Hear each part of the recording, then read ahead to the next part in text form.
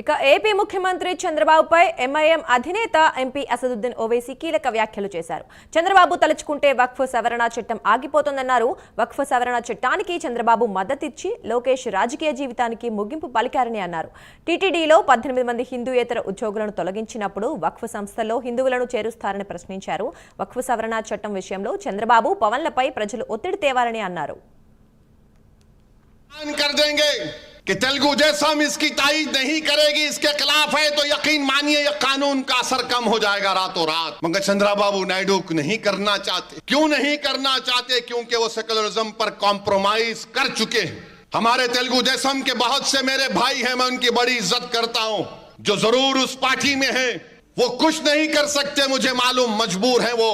मगर हम डायरेक्ट चंद्रबाबू नायडू को बोल रहे हैं, आपने बहुत बड़ा गलत काम किया है। आपने मुसलमानों को धोखा नहीं दिया, आपने संविधान को धोखा दिया है। आपने बाबा साहेब अंबेडकर के संविधान को कमजोर करने का काम किया है। अरे कौन इख्तिदार पे रहेगा?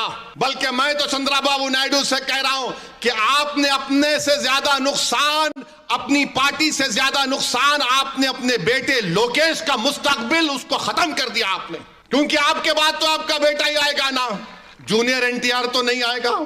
अब इतना पॉपुलर है उन्हें, मेरे को नहीं मालूम आता क्या उन्हें, आता क्या नहीं न्यूज बनना ना, ये भी आप लोकेश को परेशान कर दिए। अरे उसका तो देख लेते, कितना तुम करेंगे? तुम हो गया ना 9 साल आंध्र प्रदेश के चीफ मिनिस्टर, 5 साल आंध्र प्रदेश के, बस है बच्चे को देखते अपने। मगर आपने लोकेश को परेशानी में डाल दिया। मेरे भाई सच्चाई बयान कर रहा हूं, ये वक्फ का कानून मुसलमानों से हमारी जायदादों को छीनने के लिए बनाया गया। सेकुलरिज्म से क्या मिला तुमको? बताओ मेरे को, क्या मिला आपको? अरे कम से कम वो जगन मोहन रेड्डी तो खुल के बोला कि जो ओवैसी साहब बोलेंगे हम तायद करेंगे, और पूरे एमपीज उनके खड़े होकर मुखालिफत करे। उन्हें क्या नहीं करा अलग बात है, मगर कम से कम ऐसे कानून के वक्त तो जगन के पूरे एमपीज खड़े होकर बोले नथिंग डूइंग, हम साथ सपोर्ट नहीं करेंगे।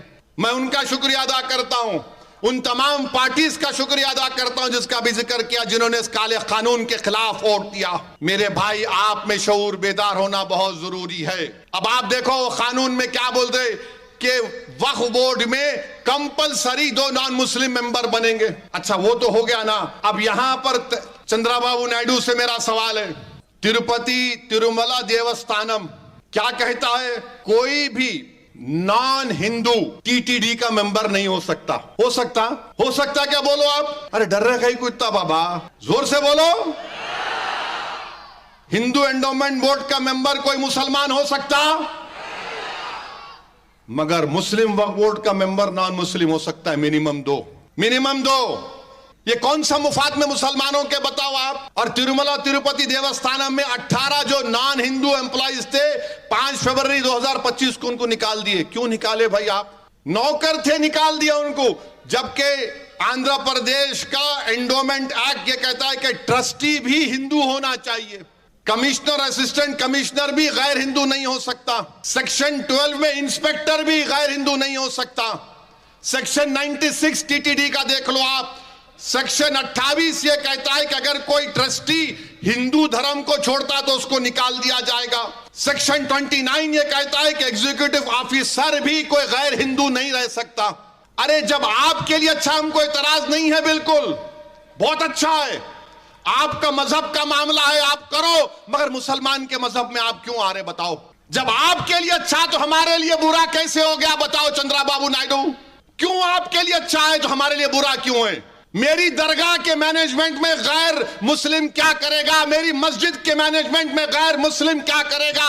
मेरे कब्रिस्तान में गैर मुस्लिम क्या करेगा? मेरी ईदगाह में गैर मुस्लिम क्या करेगा? मेरे खानकाहों में गैर मुस्लिम क्या करेगा? बताओ। हम चंद्रबाबू नायडू से पूछ रहे हैं, मैं चैलेंज कर रहा हूं नायडू तुमको, तुम बताओ ये कानून से मुसलमानों को क्या फायदा हो रहा? बताओ हमको। 1 पैसे का फायदा नहीं है मुसलमानों को, नुकसान हो रहा है भारत के मुसलमानों को। मस्जिदें छीन ली जाएंगी, दरगाहें छीन ली जाएंगी, कब्रिस्तानों को खत्म कर दिया जाएगा, खानकाहों को खुफल लगा दिया जाएगा। ये कानून कर रहा है। और चंद्रबाबू नायडू, मैं ये समझ रहा था कि शायद आप 2002 में बीजेपी का साथ देने के बाद आप इस तरह की गलती नहीं करेंगे, मगर आपने ये साबित कर दिया कि जहां पर मुसलमानों का मसला आएगा आप संघ परिवार के एजेंडे को पूरे भारत में नाफिज करेंगे।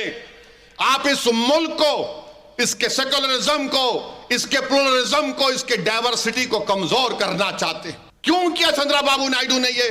अरे आपको आंध्र प्रदेश का कैपिटल बनाना है, बनाओ, हम भी लड़ेंगे अमरावती के लिए। आंध्र प्रदेश की तरक्की के लड़ना है, हम भी लड़ेंगे आंध्र प्रदेश के लिए। ये हमारा पुराना रियासत रहा है। मैं तो एमएलए था 10 साल आंध्र प्रदेश का, हम कभी आंध्र प्रदेश को नहीं भूलेंगे। मगर आप अमरावती के नाम पर कैसे सौदा कर सकते भारत के संविधान के ऊपर? आप आंध्र प्रदेश का हवाला देते हैं और कैसे आप कॉन्स्टिट्यूशन को कमजोर करने की इजाजत दे सकते हैं? अभी भी वक्त है चंद्रबाबू नायडू साहब, इस कानून पर अमलावरी को रुकाइए। आप अगर ऐलान कर देंगे कि तेलुगु देशम इसकी तायीद नहीं करेगी, इसके खिलाफ है, तो यकीन मानिए यह कानून का असर कम हो जाएगा रातों रात।